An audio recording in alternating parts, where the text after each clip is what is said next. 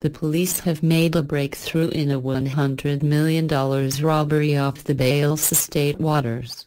This was after a suspected pirate and oil pipeline vandal, Bayo Macaulay, 30, was arrested by the police last week in connection with an alleged offshore armed robbery incident that took place in 2010. Crime Digest gathered that Macaulay had, in company with other members of a daring five-man gang, allegedly attacked and robbed some expatriate oil dealers aboard a ship on the coastline near Bayelsa State. The victims were said to have lost the sum of $100 million to the bandits during the attack. In an interview with our correspondent, Macaulay admitted that he had lived as a criminal since 2002.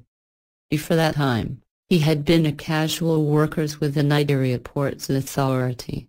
After being encouraged by some friends, he had dabbled into illegal oil bunkering. Macaulay said, "I have been into oil bunkering with the other members of my gang for many years and I made a lot of money from it. When we were working with the NPA, we burgled containers at night. Also, I have worked as a sea driver, operating motorized boats at sea. All of us lived not far from one another in the Ajagunla and Irigiri areas of Lagos." Recounting the circumstances that led to his arrest, the suspect continued, "Sometime in 2010, Shehu informed Imola, who was the leader of the gang, that some oil dealers had just finished making a transaction and they were returning with a large sum of money. Imola told me about it in the presence of 6 other persons.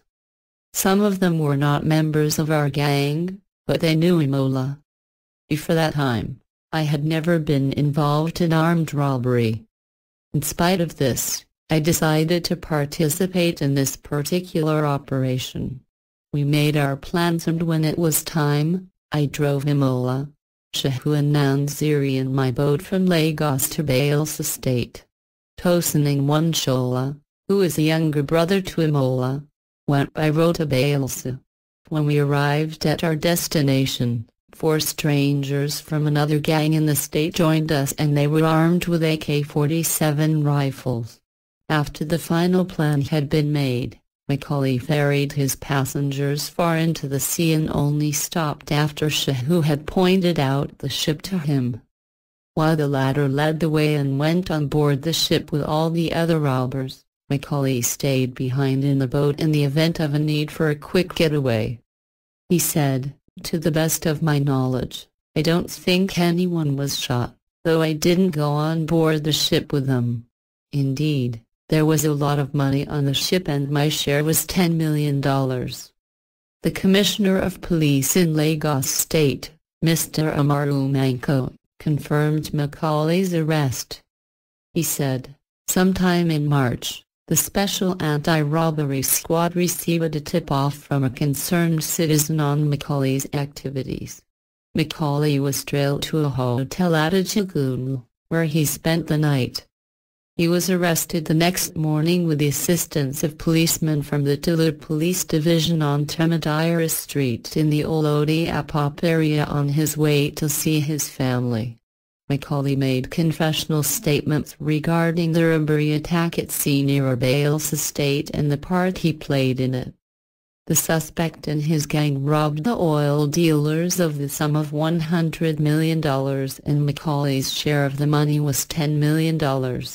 With his share, he registered an oil and gas firm named Eddy & Sons Oil and a gas for N1.5 meters, bought an Isuzu sport utility vehicle and a Toyota Sienna car for N5M, and 2 plots of land at Igbokota in Ondo State for N2M.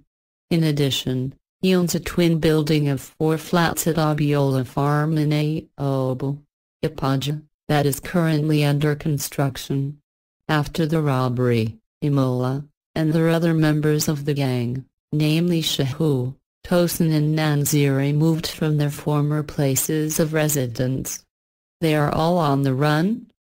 Shehu is the one who informed Imola about the oil dealers.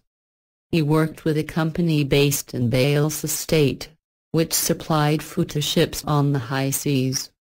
Shahu's company had supplied food items to that particular ship, and that was how he got the information that the oil dealers had in their possession a large sum of money. Investigation is on to apprehend the fleeing members of the gang. That is the only way to determine if any of the victims was shot during the robbery.